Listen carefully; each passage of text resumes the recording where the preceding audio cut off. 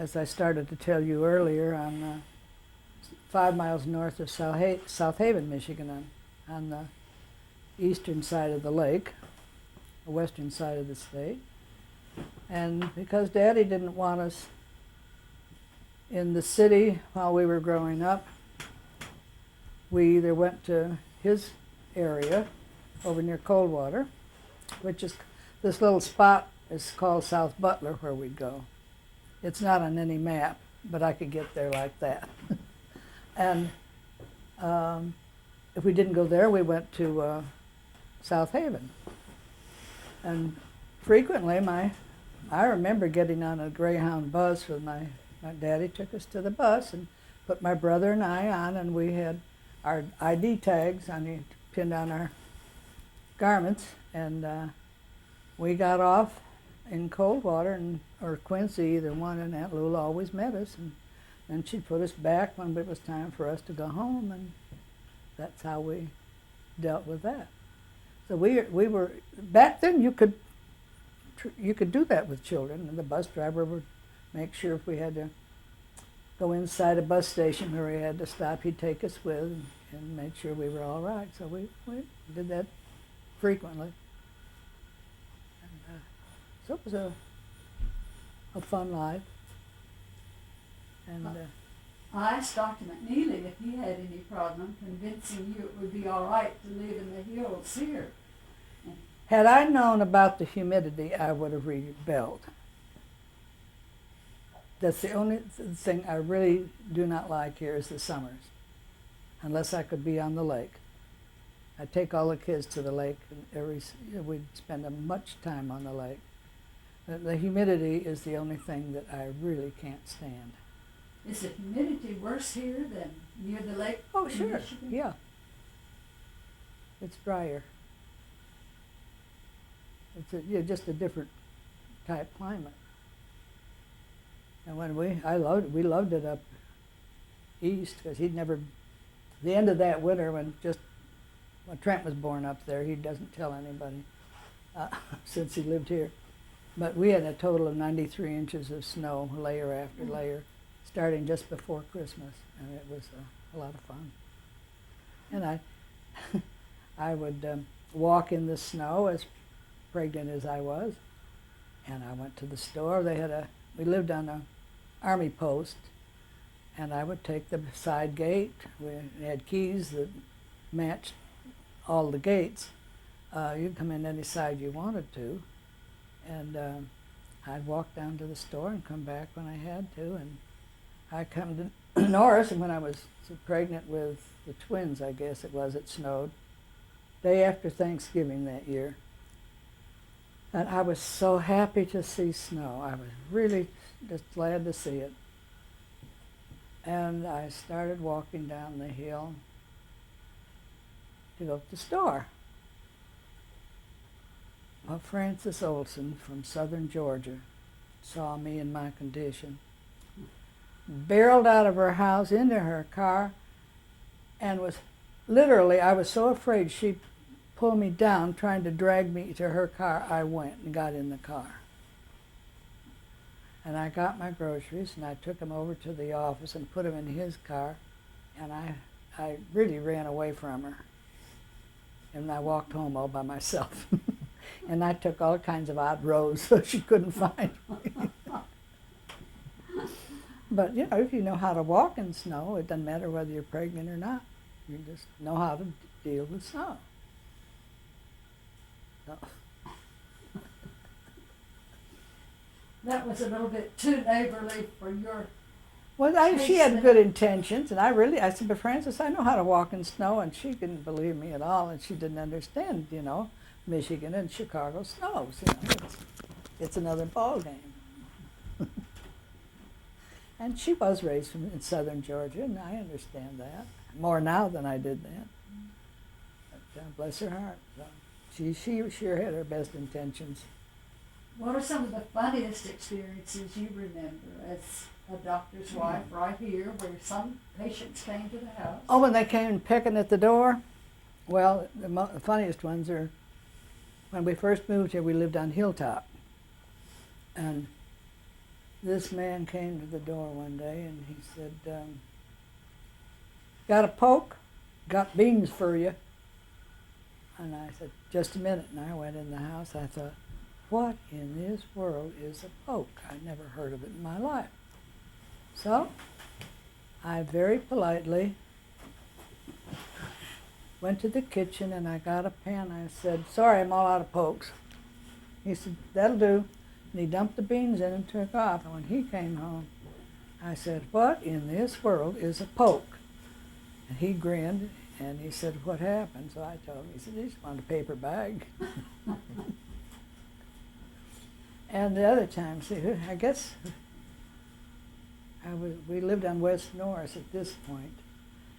And I think I was pregnant with somebody, I don't remember who. And they wanted me to go on him for a granny scrape.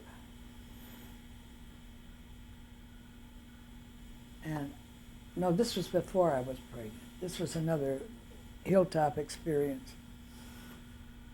And I said, a granny scrape? I said, I'll tell him as sure as he gets back. He should be back pretty soon now. And he gave me his name and where he was to go. And I wrote it all down very carefully. Well, he came in from St. Mary's, and where he'd been all night. And he said, what's this for? And I told him, and he started laughing.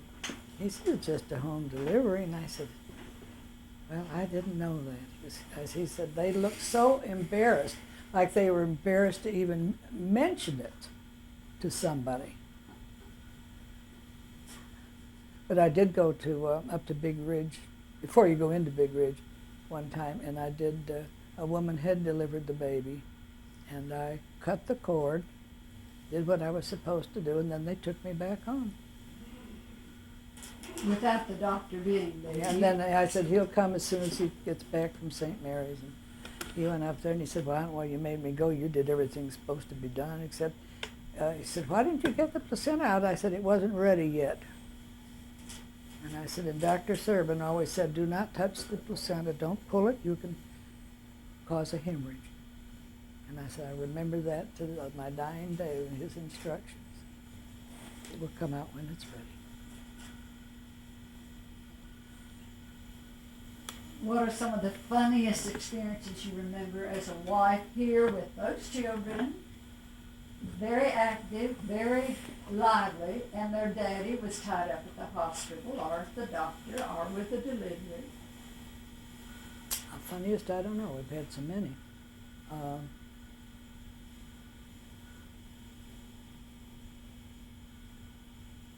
I remember the twins on a very windy March day were at the top of a poplar tree out front. Well, it's the front of our house in the backyard. And that tree was really swinging. They had a ball. Well, his mother was here. And she said, Madeline, come here quick. You have to get those boys down out of the tree. Look at that tree just swinging back and forth. I said, Mother, they climbed up there. They're going to have to climb down because I'm not going up there. And that wind was blowing. When they get ready, they climbed up there. They'll just have to climb down.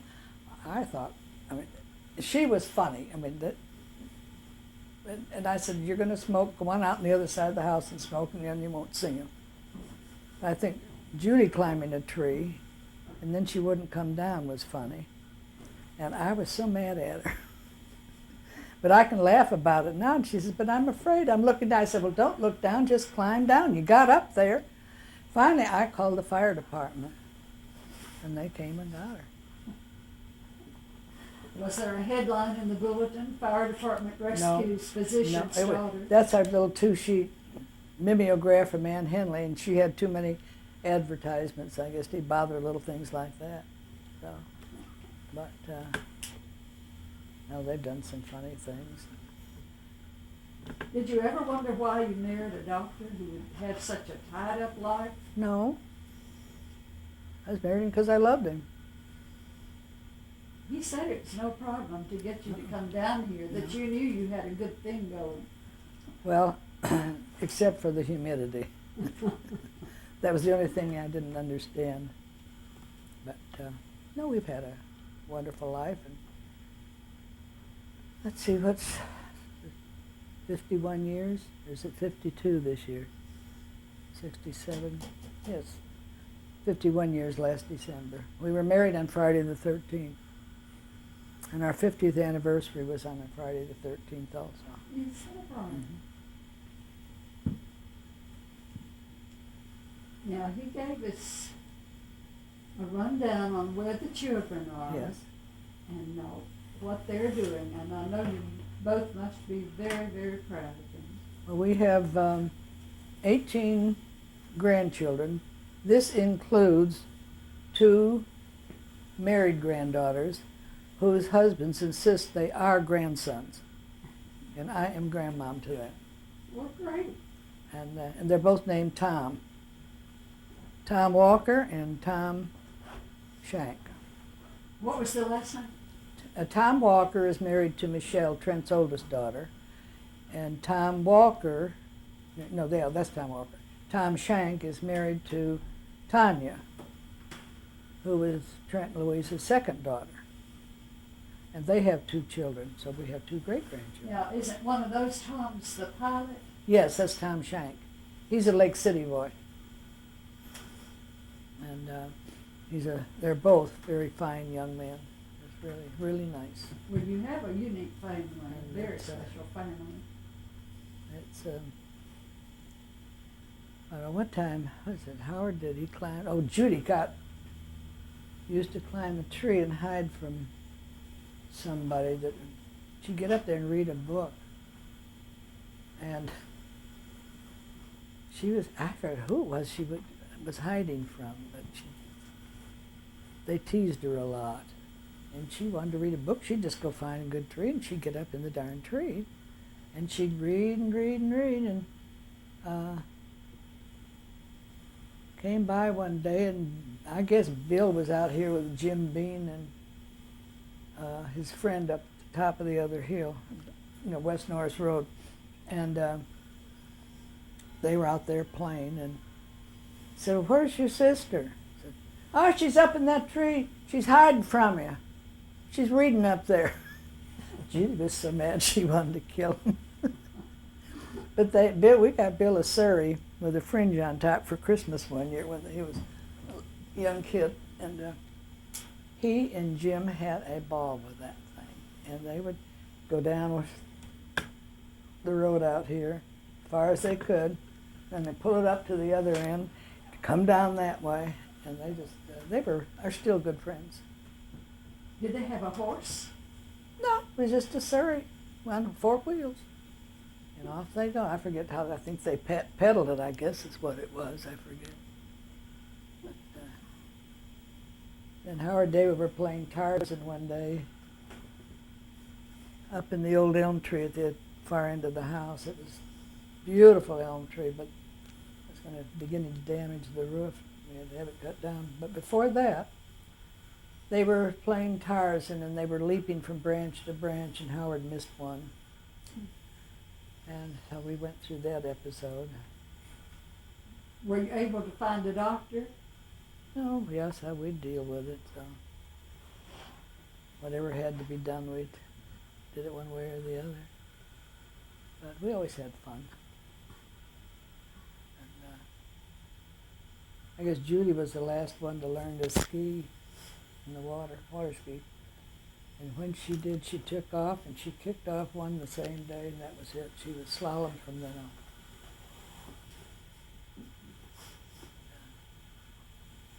The Sunday thing we used to do with Melba and Bill Gwines and their 2 children, of course we each had boats. We'd go up to,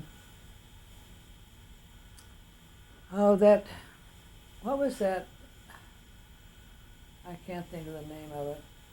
But we'd go all the way to the top of the river, and there was this marina up there, and you could take a bunch of kids, 8 kids up there for Sunday dinner, eat as much, you go back 2 or 3 times for another helping, and then we'd ski all the way back.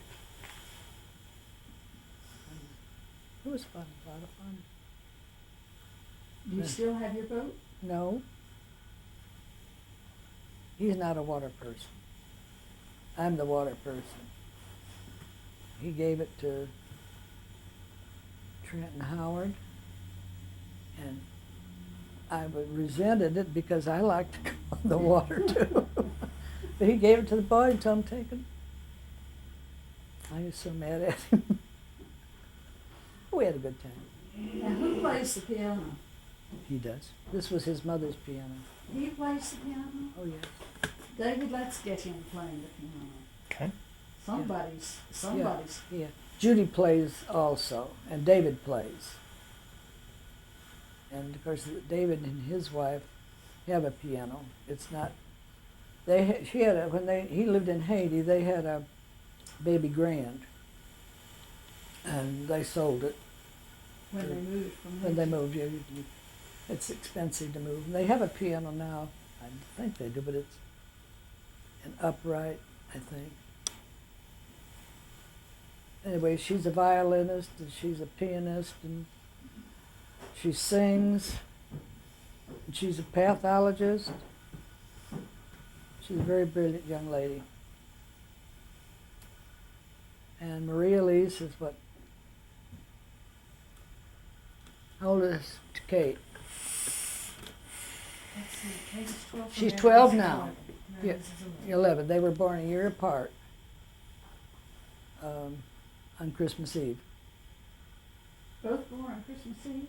A year apart. Kate came first, the next year Maria Lee showed up. Oh, she used to lord it over Francesca, who was born in Haiti. She said, I was born in New York. You were just born in Haiti. And, oh, good. Wow.